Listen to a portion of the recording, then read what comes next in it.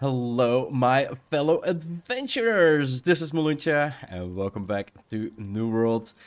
In the previous episode, we went through the new expedition, and I do have to say, it was incredible. It looks amazing, the fights were incredible. The boss before Isabella is way tougher than Isabella. And I did get a comment on the video telling me that, well, dude, you didn't bring any, well, concoctions or tinctures to actually help you in the fight. For instance, the corruption coating, so I could do more damage. And then the powerful incense to actually resist some afflictions by 50 for 30 minutes. And I did some, well, looking into the footage, and I do have to say for the next run I'm going to go through, I'm definitely going to take Purify. For if I can remove that, a lot of the damage that we were receiving on the platform was actually from an AoE burn that lasted for a couple seconds. If I can remove that AoE burn from people that actually do get hit, we would be in a way better situation in that fight. So, yeah, definitely... Everybody's still learning while they play the game, right? Even me. So, yeah, that was a little bit of a ramble before we start this episode. And in this episode, we are gonna take a look at everything else that was implemented, changed, or is new to the game. And one of the new things they implemented was actually paintings of different types of vistas around the world.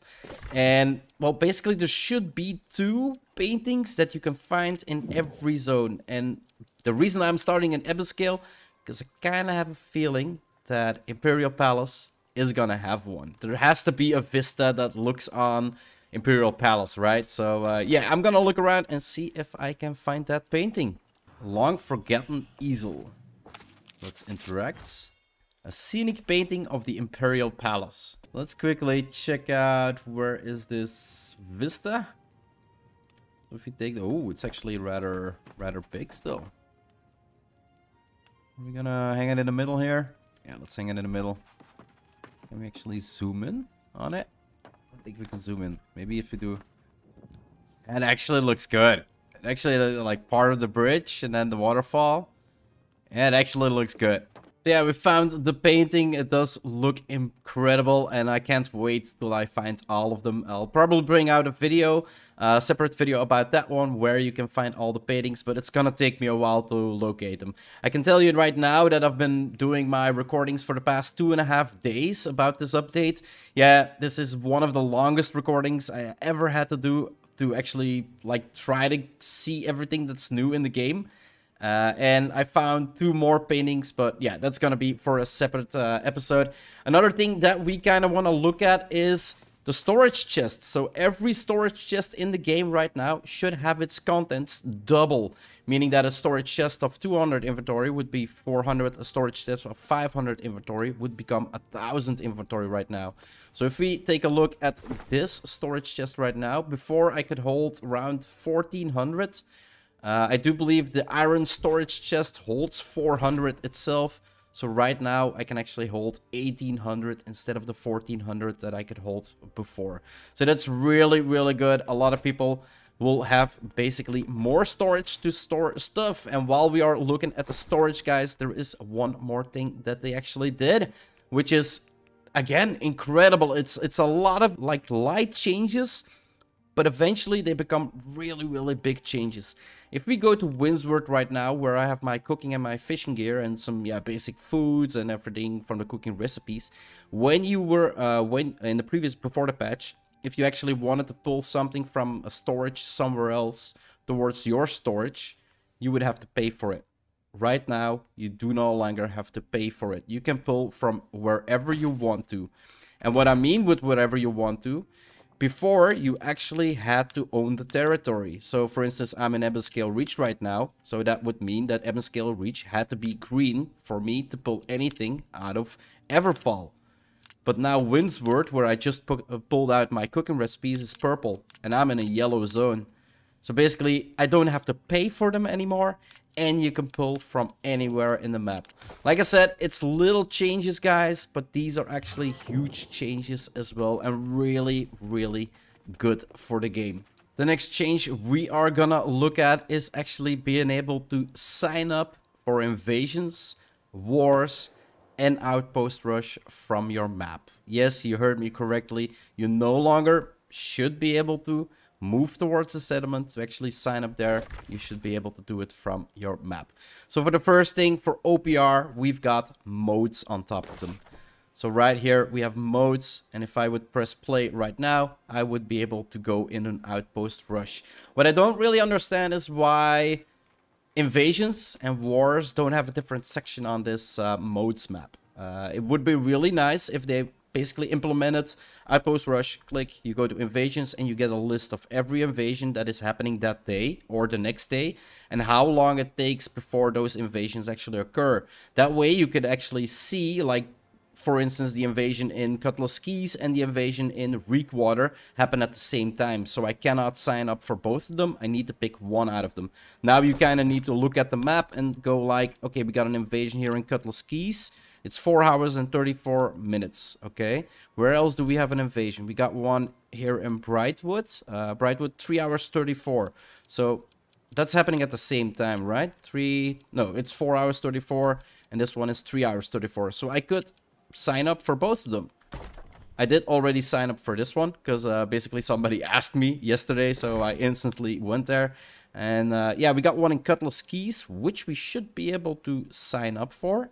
So let's see if it actually works. You are already signed up for a war that is scheduled around that time. So war board, and then sign up. There was a problem signing up for this. View my status. So I was already signed up for it.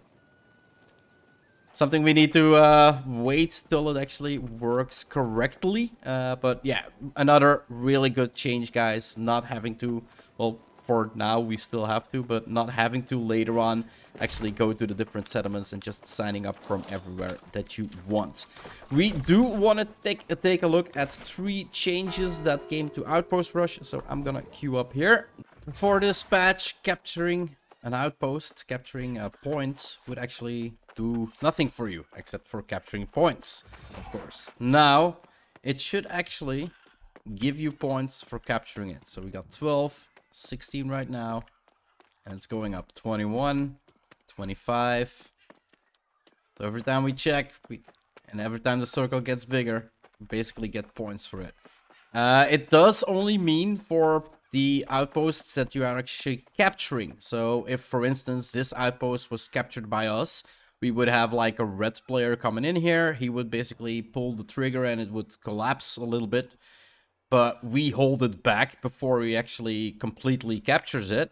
We would not get points for that. It is only points that you get for actually capturing the point. And let's see how many we actually get. 74, 79. So 83 points for actually capturing a point is actually not too bad. I would presume that if you are one of the players that actually captures the point, you would get a bonus. Maybe like 200 points. That kind of would make more incentive even to actually... Yo, they're giving a big push on us. Would actually give an even bigger incentive to actually capture the points, right? To actually stay on the points, actually defend the points and not just run out everywhere. Another change they actually implemented is that if we look at the map right now, you can actually, you used to only see how far you were to being able to summon a brute or any other mob that you can summon. Right now you can also check out the enemy score and how close they are to actually being able to summon a brute, and that means you can actually, if you see that there are like at 300 or 400 points, you can basically rush there, hold them, and try to kill them to get those 300 A's off, and then you can actually kill them. And then the third one we want to look at is actually, well, I'm gonna need to die for that one. So let's see if these guys are good enough to actually kill me. Let's just rush in there. Come on, guys, kill me. Kill me. I'm inside, kill me. Nobody's killing me? Come on, I'm not healing myself. Just kill me. It's taking him a long time to kill me. Here we go. We no longer have a downed state in this game. So in OPR, I do believe in invasions and in wars, it's still actually a thing. But in OPR, there is no longer a downed state. And well, this was actually changed because the players were kind of, well, mostly melee players were kind of complaining that they did all the work but not getting the kill. And I do have to say I was kind of part of that problem. Like if I'm healing with my light attack and I'm trying to like light attack and refresh my skills, and I saw somebody going down in a down state, I would just throw a light attack at him and I would actually kill that person. I would actually remove his being able to revive and actually kill him, and that would mean I would get the kill reward. Right now, no more longer a down state means the player that actually puts you to the floor is actually the player that is getting the reward for killing him. And those are the three, like, again, minor changes. Yeah, he got out of there pretty fast. Those are actually the three minor changes that came to OPR, which are, again, really good changes, guys. Like, they're all small, but in the end, they all count to making this a better game over and over and over again. Those were the three changes we seen to OPR. And while we are talking about the game modes, Invasions also had a couple changes. Apparently the loot from the chests should be more, how did they state it? It should be, well, there should be more loot and there should be better loot. Before the patch, it was kind of really unlikely that you were getting any weapons from invasion caches. And, well, basically now after the patch, you should be able to get more loot and more chance to actually get weapons from invasions. So yeah, let's take a look at that one as well. So the gates now are like properly numbered: A, B, C, then E and D. And yeah, we can see on top as well in the screen A, D, B, E and C. So it's now easier to see which gate is basically getting damaged, so that's pretty cool. And we also can see in which wave we are at right now. So again, minor changes, guys, but changes that make the game better. And yeah, as always, I'm on repair duty, and I'm inside of the invasion here in the fort to watch out for cows that come flying in. And when there are some repairs to be done, I basically run all over the place because I still want to work on my achievement, 1 million repairs. I'm not sure if I'm ever gonna get it done. So the invasion cache level 60, we have done a complete defense, of course, by this time in the game. I cannot really understand if you actually would fail invasions. Not that I contributed a lot, except for a lot of repairing, of course. Yeah, let's go check out what these chests look like. I did have 4 chests in my storage that I kind of saved up from the previous invasions. But once I actually checked them out, they would still only give like 1 piece of armor. And now I'm not really sure if the chest actually not updated or not. So that's basically why I kind of wanted to actually do a new invasion, get a new container that is actually after the patch, and open up that one. And if it's properly, then we should get more than 1 item. 1 item. Oh my goodness gracious. So yeah, some minor tweaks there, being able to see which gate has which number and actually seeing which wave you are in.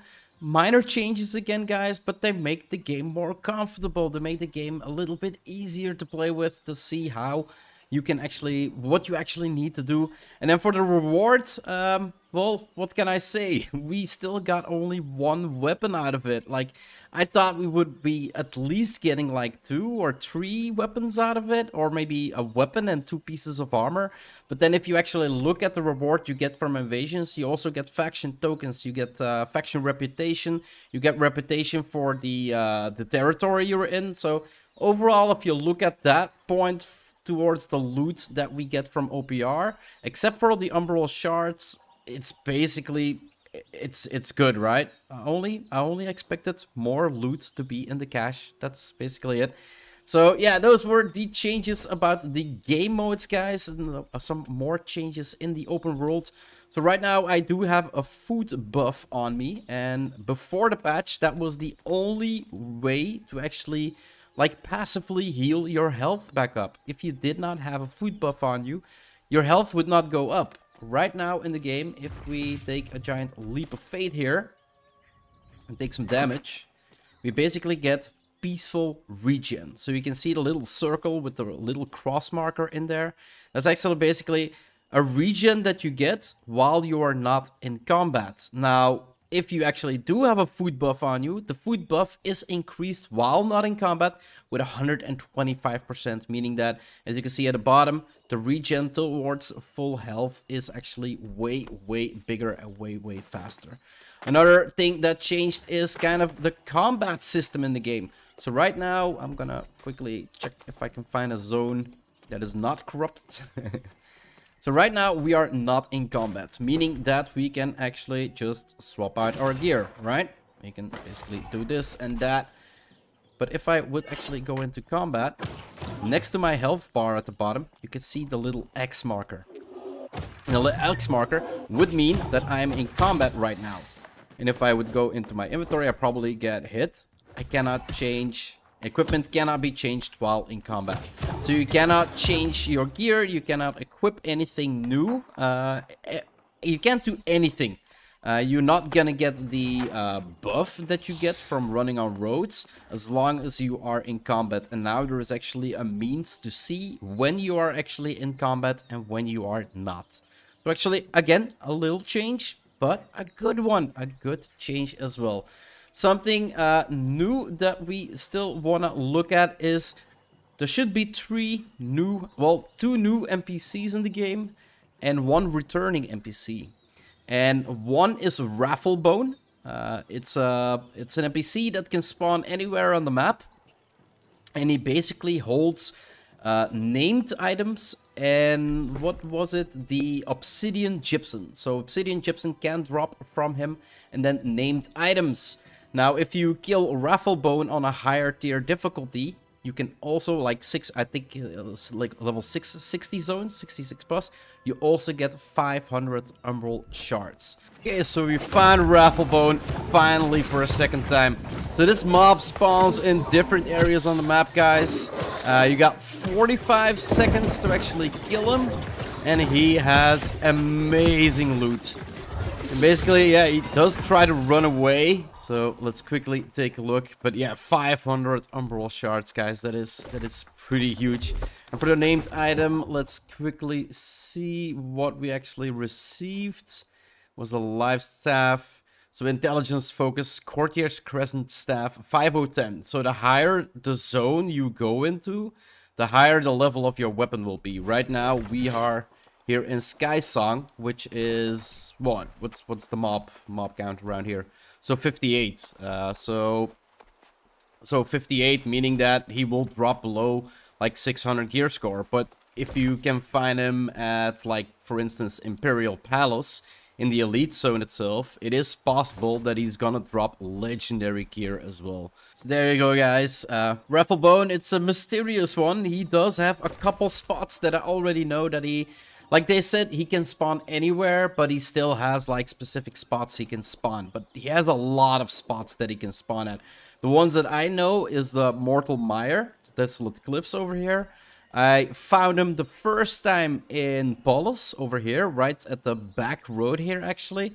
And then the one that we actually did find him at was at the Sky Song Lagoon.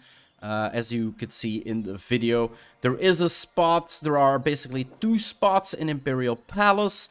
There are a lot of spots. He can spawn all over the map. He can spawn in any zone. The higher the zone, the better the rewards.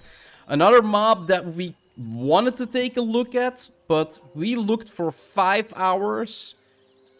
That was Stinky the Hunter. So Stinky the Hunter is apparently a named NPC that spawns right now in Weaver's Fen. 5 hours, guys. I spent in the past 2 days running around Weaver's Fen trying to look for this NPC, and I could not find him.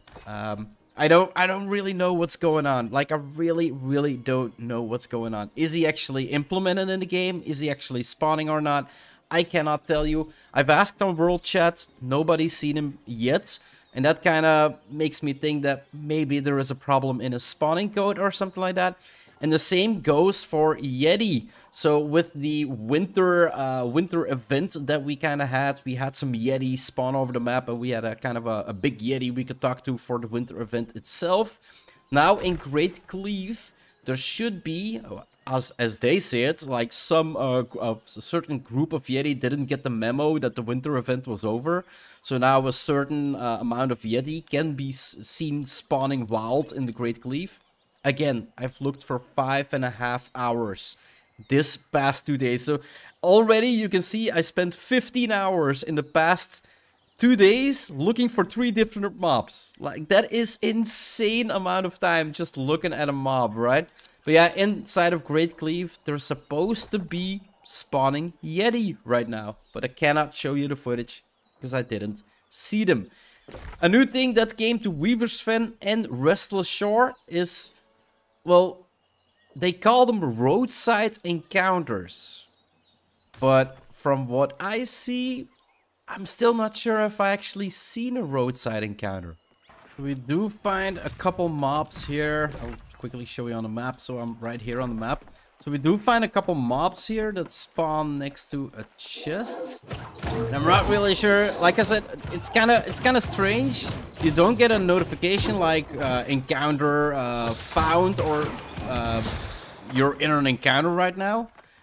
And they should spawn, if I'm correct, more mobs. No, they're not spawning anything.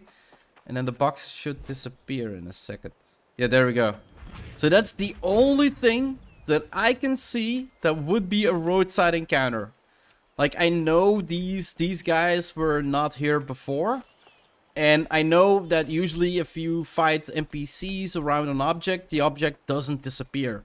So this is the only thing that I could find that closely resembles a roadside encounter, and it's a little lackluster, right? Like, no notification, roadside encounter, no real like big fights. Like you would think like, oh, a roadside encounter, I'm gonna be in a big fight, it's gonna be a couple waves or something like that, but it's not. So yeah, those roadside encounters, they're pretty strange. Like I cannot pronounce that any differently.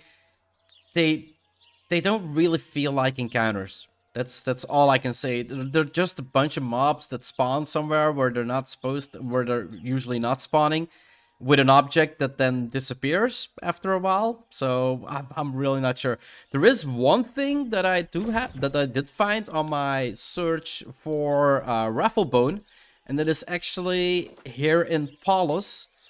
And that is a house that actually has like some markers on it. And if you attack those markers, the house will like open up and mobs will start spawning out of them. And that actually feels like a roadside encounter. And it is actually along the roads, but the roadside encounters, as they say it, should only be Weaver's Fen and Restless Shore. But yeah, I'll show you guys, because the mob that spawned from there is actually pretty hilarious. So in search of one of the new NPCs that actually joined the game, I find this house here in Pullus. Because, well, on top of the Mortal Mire, Pullus is also one of the areas he can actually spawn. There's like a closed-off building with all shiny windows, apparently. Can I... Yeah, I can hit them. Okay. Nothing really happens. Oh!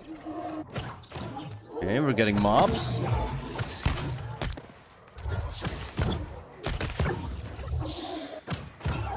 Apparently. No idea what's going on. I did hear that there are roadside encounters now. Weaver's Fen. More mobs spawning from the door. Corrupt Legionnaire spawning.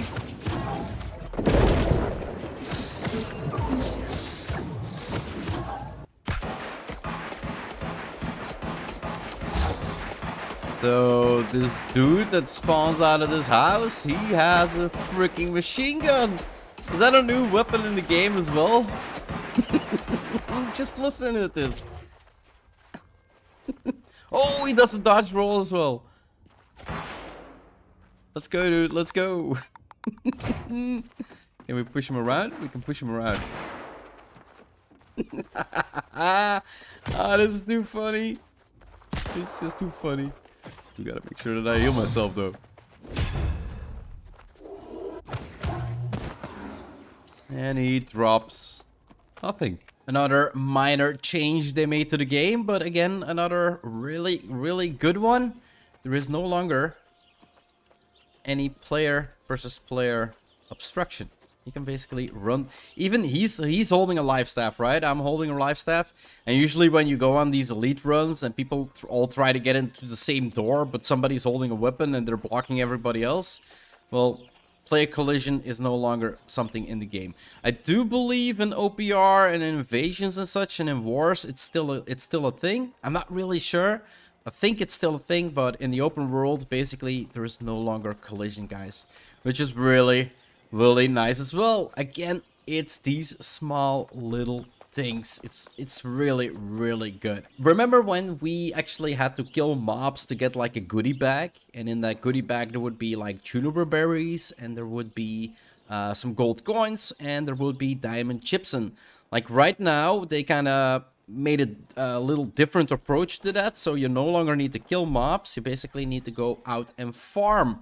Now you can get hidden stashes from gathering. If I would open this one, they basically contain motes, like different type of motes. They contain the diamond gypsum and they contain the coins. So basically it's just a different type of bag that you can get now, not from killing mobs, but from actually farming in the open world and getting some motes. Like, I find farming modes rather tedious. Like, you need to run around a lot to actually farm it.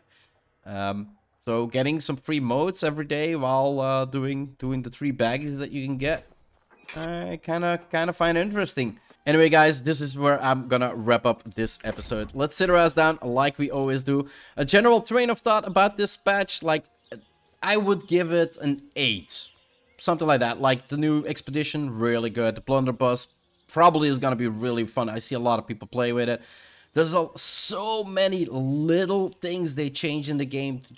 They make it so much better again and again and again. And I said this with the previous patch video that I made as well. Like, I see a good future in this game. Okay, there may be broken stuff in this game. There may be bugs that could be worked out on the PTR, like not being able to find Yeti or being able to find Stinky. That's only a level 35 mob. Again, it might be me, but I don't know. For me, the future of New World looks good. And in every patch that they bring out, it looks better and better.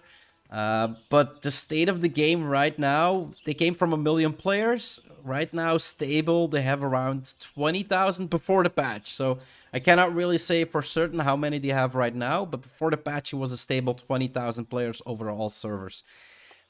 I'm not a gaming company, so I'm not really sure if that's enough players to keep a game alive. But I'm crossing my fingers, guys. I'm hoping you guys all come back and play this game with the same smile on my face like I always... Well, there are moments when I'm not really smiling while playing this game out of a little frustration from struggling. I just gotta be honest, right? But yeah, I'm rambling on, guys. I'm gonna end this episode up here. If you want to see more of my quest progression on my Let's Play here in New World, just hit that subscribe button. It would always help out a lot. I do hope you enjoyed this episode, and I'll see you in the next one. Bye-bye.